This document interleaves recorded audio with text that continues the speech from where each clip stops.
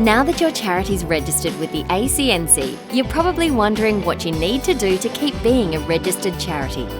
Generally speaking, it's not hard. If you wake up in the morning wanting to continue doing charitable work, it's likely you're already meeting the requirements of being a registered charity. There are 3 key things that all charities need to do. There's continuing to pursue your charitable purpose, being a not-for-profit, and meeting the governance standards. There are also a few circumstances where the ACNC may cancel your registration. For example, if your charity has taken formal steps in insolvency, like a liquidator or receiver being appointed, or if it hasn't met the ACNC's requirements, like working for its charitable purpose.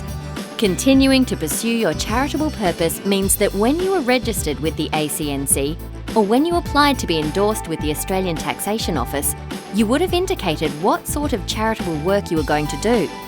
So to meet this requirement, you really just need to continue doing that work.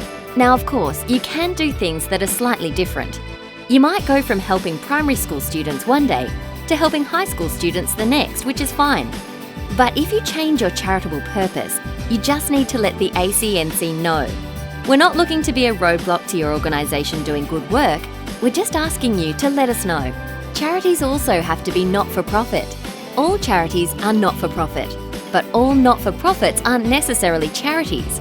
So then what's the definition of a not-for-profit? The name's almost misleading, really. Most charities do and need to make a profit, although you might know it more as a surplus. The main difference is that the profit goes towards the purpose of your organisation. For example, your charity's profit could be invested back into the charity or spent on your charity's activities. And then there are the governance standards. These are a set of core minimum standards or rules about how charities are managed that apply to all registered charities except basic religious charities. They're minimum standards, and the ACNC expects most charities will already meet most of them.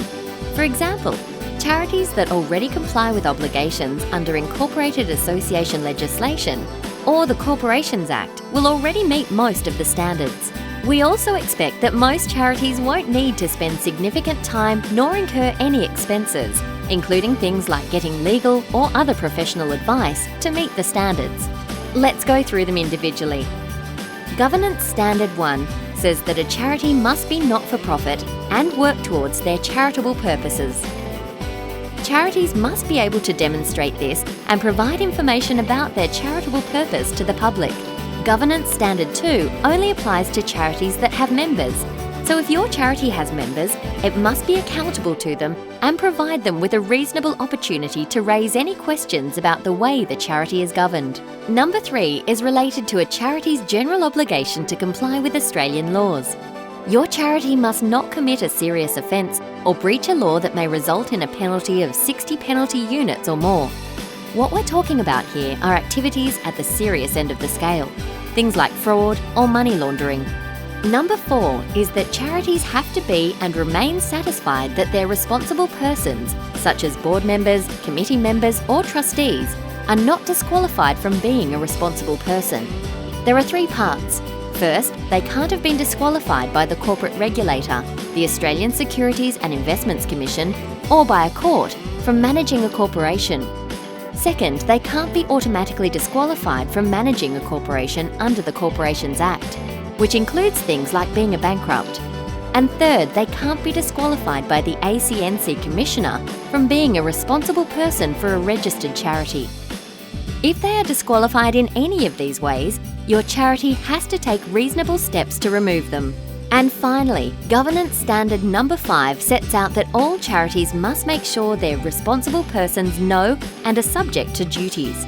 They include things like disclosing conflicts of interest, acting in good faith in the charity's best interests, and not allowing charities to trade while insolvent.